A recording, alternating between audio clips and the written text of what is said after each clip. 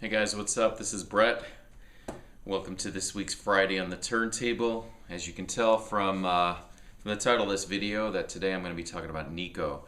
Now, the album I'm going to be focusing on specifically is Desertshore, which is her third album. But I think in order to kind of set up the conversation here, we kind of have to backtrack a little bit. Most people know Nico from her work on the first Velvet Underground album, the Velvet Underground and Nico, also known as the Banana album or the Andy Warhol album. And she joined the band and sang just on a couple of tracks. She sang lead vocals on Femme Fatale, All Tomorrow's Parties, and I'll Be Your Mirror, and then also sang some backing vocals on Sunday Morning. I'll just show you really quickly this while I have it in my hand.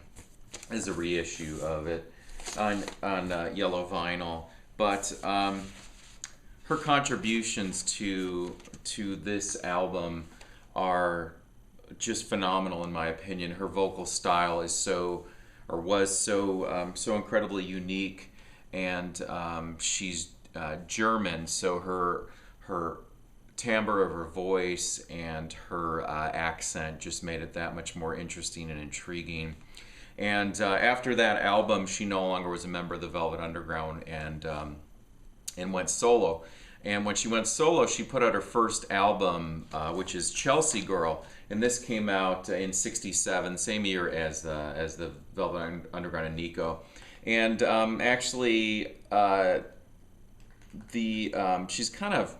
she kind of almost like really distanced herself from this album after its release, and as she got deeper into her solo career, because of not really feeling like she accomplished what she wanted to, because the producers just ended up putting additional instrumentation on the recordings, which I love this record. I just think it's just incredible. John Cale played on it. I think Sterling Morrison from the Velvet Underground, even Lou Reed, they all played on it. And it has tracks from written by Jackson Browne and some other. There's a Bob Dylan song and a couple and the song "It Was a Pleasure Then," I think, which was actually played with the in the Velvet Underground as a live track. But this is a reissue. This one is on Four Men with Beer. It's a nice 180 gram. I won't open this one up, but really good, like chamber pop music with flute and strings, and it's just a really really great album. And this time of the year, November, December, January, I tend to really pull out the Nico records, because they're although the instrumentation on this one and the acoustic guitar makes it sound very I don't know how I can describe it unless you're familiar with it, but while it sounds like it might be uplifting, even though the songs are more poppy, they still are pretty dark. And my favorite track on this one is "These Days," which was written by Jackson Browne, who Nico was romantically linked with, and just an incredible song.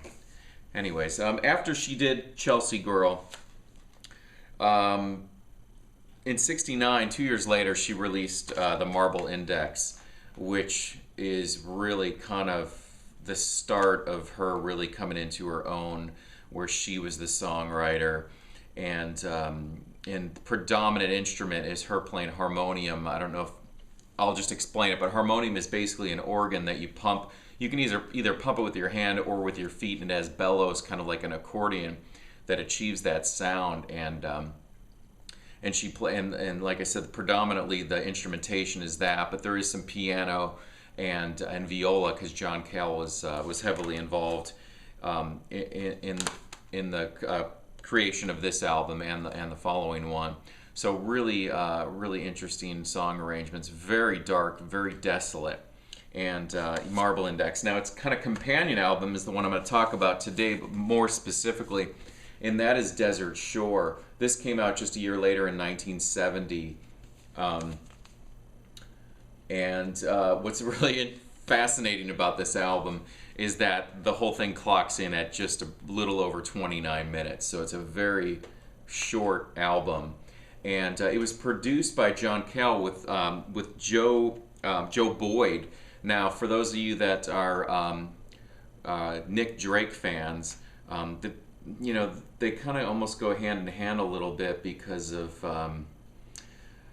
they're just kind of they're pretty dark works, and Joe Boyd produced the first two Nick Drake albums, Five Leaves Left and Brighter Later.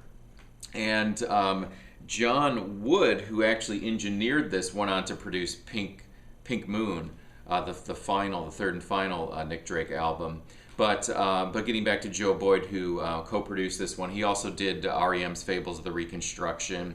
He did Pink Floyd's first single, which was Arnold Lane. And then he also did... for those of you who know Mary Margaret O'Hara, an album called Miss America. I learned about Mary Margaret O'Hara from Tim Booth, who's the singer of James. He was recommending that I check out an album of hers called Apartment Hunting, which I did, and then went back and checked out Miss America. So, like I said, Nico, the main instrumentation on this one is the harmonium, and it starts off with a track called Janitor of Lunacy. And it's said to be written about Brian Jones. They were good friends, romantically involved, and just very jarring, almost abrasive. If you know this song, you'll know it's kind of just, this isn't a background album by any means. When you put it on, it just kind of stops the room because it's just so jarring. And her vocals on it are just really super, super intense. It's just, I can imagine if she was performing this one in a club, it would just be, right after the first line, it would be just dead silence. Maybe you'd hear a billiard balls hitting once, and then it would just pretty much be silent. And really, really intense song. And then after that is a track called The Falconer, which halfway through it, it hits this beautiful emotional peak, and it changes, and there's piano, and then there's just this kind of delicate melody, and it's just kind of heartbreaking. And then after that, My Only Child, which is pretty much a cappella. And during the chorus, and you just hear this beautiful reverb where it sounds like it's being sung in a church. And then the choruses, there's like a three-part harmony. And it's just very choral, very hymnal, and just beautiful. And then the verses are separated by pretty much just like this single viola note by John Cale. And I think it has 3 segments to the song, and it's over, and it's just stark, captivating, and it's just beautiful. And the last track on side 1 is Le Petit Chevalier, which is the Little Knight, and it's only a minute and 12 seconds, and it's sung in French by Nico's 8-year-old son Ari. You can see him on the cover there with her, and then that it's just two short verses sung by him. And then that takes us to side 2. And side 2 is interesting because it has 2 songs sung in Nico's native language, which is German. The first one is Abschied. I'm not 100% sure I'm pronouncing that correct, even though I am of German descent. But Abschied, just took a few notes on this one, which is kind of a translation to the departure or farewell. It's kind of also thought to be about the death of Brian Jones, and intense. Following that song, the second song on side 2 is called Afraid, which if you were to just check out one of these tracks from Desertshore, it would be this song, Afraid. Really one of the most beautifully sad songs of all time. And when I think of Nico, I think of the one line, "You are beautiful and you are alone," and that's the main line in that song.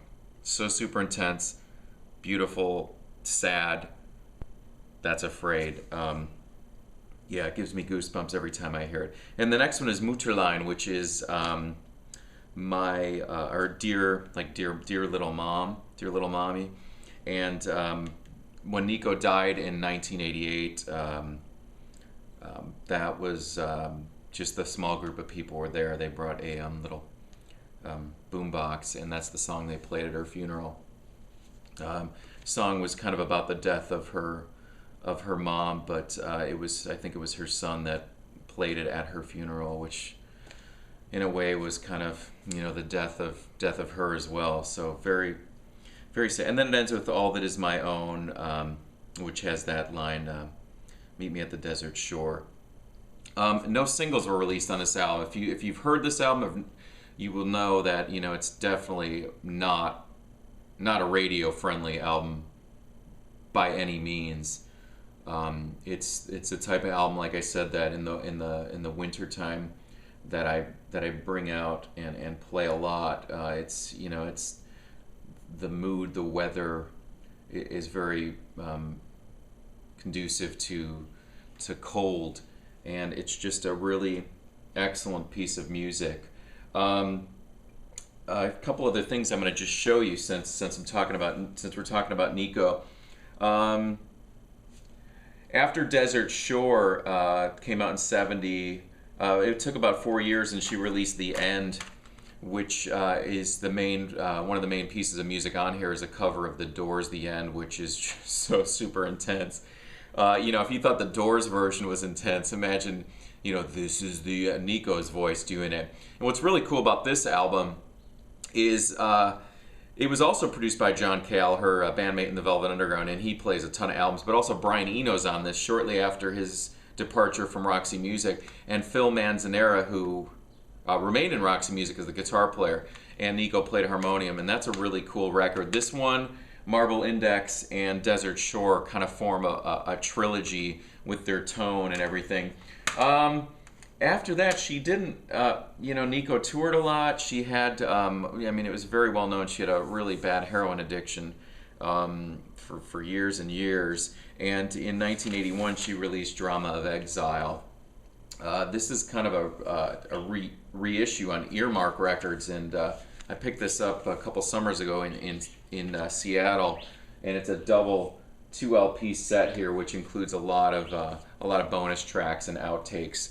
She does a version of Waiting for the Man on here, and one of her best songs is on here, which is 60/40, which is incredible, and then the single Vegas, which is a great track. Let's see here. After that, she had put out her final album, which was Camera Obscura, and this one came out in 1985, which has a really great version of My Funny Valentine. And let's see. Now, there's a ton of bootlegs out there, Nico. I don't really, you know, really recommend. There's just so many of them, and I just think they're really put out there to kind of exploit it. But this is one that has a couple tracks that were produced by Martin Hannett, who of course produced Joy Division, and this is Femme Fatale. Interesting. And let's see here. If you really want to explore further, there's this, well, first off, back in, I think it was sometime in the mid-90s, there was a documentary release called Nico Icon, which was I got to see a premiere of it back then because my brother was working at a small art theater here in Tempe called the Valley Art Theater. And this is just an incredible documentary. I looked it up before I shot this video just to see if it was still available, and it's super hard to find, and it's very expensive. But it has just some great moments where it shows her aunt who raised Nico, and she's speaking and being interviewed in German with subtitles, and it shows her putting on the Velvet Underground's first album, and she puts on the song "I'll Be Your Mirror," and she's mouthing the lyrics along with it, and she's crying, and it's such a super intense moment. And that's also worth seeking out because John Cale plays an incredible version of Frozen Warning from Nico's The Marble Index, and just piano and vocals, and that's just outstanding. There's this release that's available, which is Nico's An Underground Experience and Heroin, which is a double concert DVD. The first show on here is in Manchester at the Library Theatre, and it's just her on stage with her harmonium, and it's phenomenal. She does Afraid and Mutterlein, and some I think maybe one other song from Desert Shore, and then some other tracks. And then the other one, which was a bit later, is her in a like punk rock club, and it opens with a cover of "I'm Waiting for the Man," and it's just, I mean, her eye, it's just, you'd have to see it. You can probably look up videos from that show on YouTube, and it's intense. Her eyes, it's just, she looks pretty far gone in that one, but still definitely worth seeking out. If you want to read even further from that kind of punk era, Nico's 80s, kind of the early 80s touring and albums, there's a book that was put out by this guy named James Young, who played in her band at that time, and this was Nico the End, and it's just a really, it's just a sad, really glimpse into heroin addiction and Nico's life at the time, just really grim. And yeah. And getting back to Desertshore really quickly here. A couple of years ago, maybe a little bit longer than a couple of years ago, but these two albums were reissued together on a 2 CD set, and it's called Frozen Borderline. And it includes a lot of outtakes and demos of some of the songs that appear on there and some unreleased tracks. So I never got that one. I have it on my list. I never run across it to pick it up. But anyways, I hope you guys enjoyed that. Nico is a real favorite of mine. Just really unique. I think really underappreciated and really underrated. She kind of tragically died after she cleaned herself up and died in Ibiza, and fell off of her bicycle and had some sort of, I think, a brain injury and died a day later. And it was just a really tragic end. Yeah, so I just kind of like to end with that. I'd love to hear your guys' thoughts on Nico. Any of you guys out there are fellow fans, leave me some comments. Yeah. All right. Well, I'll be back in a day or two with my playlist and a vinyl update. So you guys have a good weekend, and I'll talk to you soon.